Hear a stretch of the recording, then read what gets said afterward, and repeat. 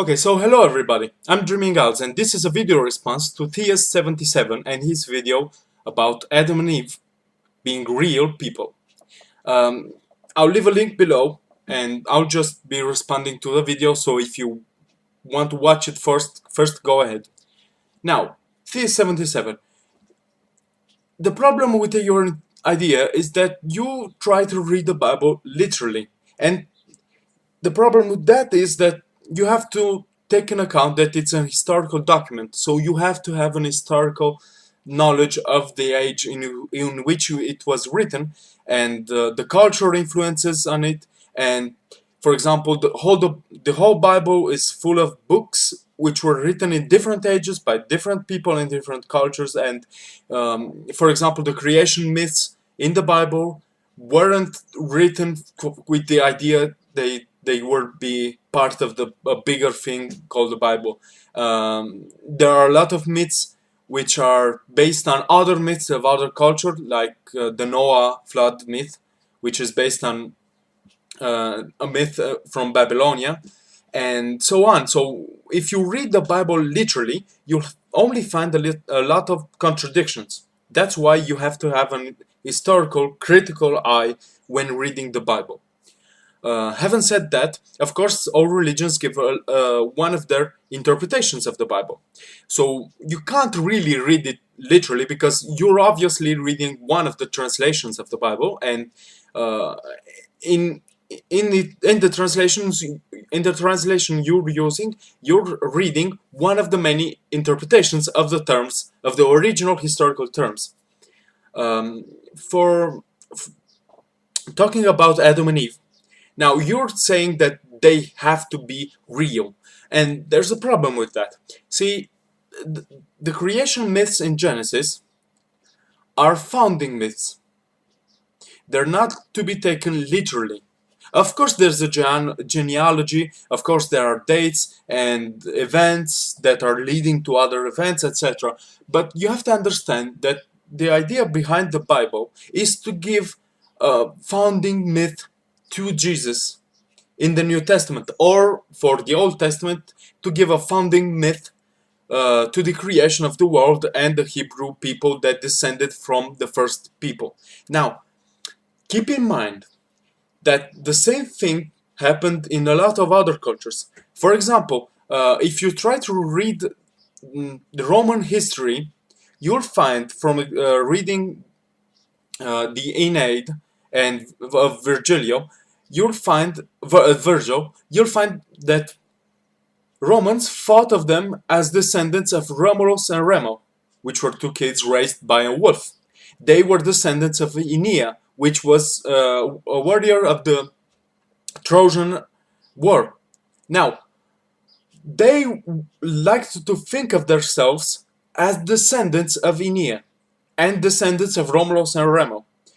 This is obviously a founding myth, which in the Aeneid of Virgilio ended up saying that Augustus, emperor, was descendant of course, Romulus and Remo. Now, the problem with this is that you are making the same mistake in reading literally the Bible. Saying that Adam and Eve were real is like saying Romulus and Remo were real. They're obviously not real, they're just a founding myth. One of the reasons you can't have two people to start humanity is you don't have enough genetic pool to go around. So the genes needed to create a diversity needed to propagate the species, it's impossible to find in only two people. And that's why, for example, you see all the problems with incest. If you have a family that procreates in between them and only in between them, you'll end up with individuals that die young, have a lot of diseases, etc., etc. That's because the genetic pool is far too small to assure that problems in the genetic code don't propagate. Another problem with the idea that humanity started off with two people is that if you look around yourself, you'll find that there's a huge genetic variation. And all this genetic variation is only explainable if you start off with tens of thousands of people, at least 10,000 people. And you can't start off humanity with only two individuals, because if you do, you can't explain why in the world we have so many genes today. For example, if you examine the human DNA, you'll find pieces of Neanderthal DNA. That's because when we and the Neanderthal were very close as species, we interbreeded, and we are the descendants of various generations of interbreeding. Well, at least part of the human sapiens are. And so there's a significant part of human sapiens that in them, in their DNA, have genes that were earned from Neanderthal breeding. And so you can't really explain all these observations that, bear in mind, are observations that you can make today. It's not a myth, it's not a story, it's not a theory. There are observations you can make in the DNA of humans. And this would be impossible if we started off with two people. So, my final the final thing I want to tell you is that consider this.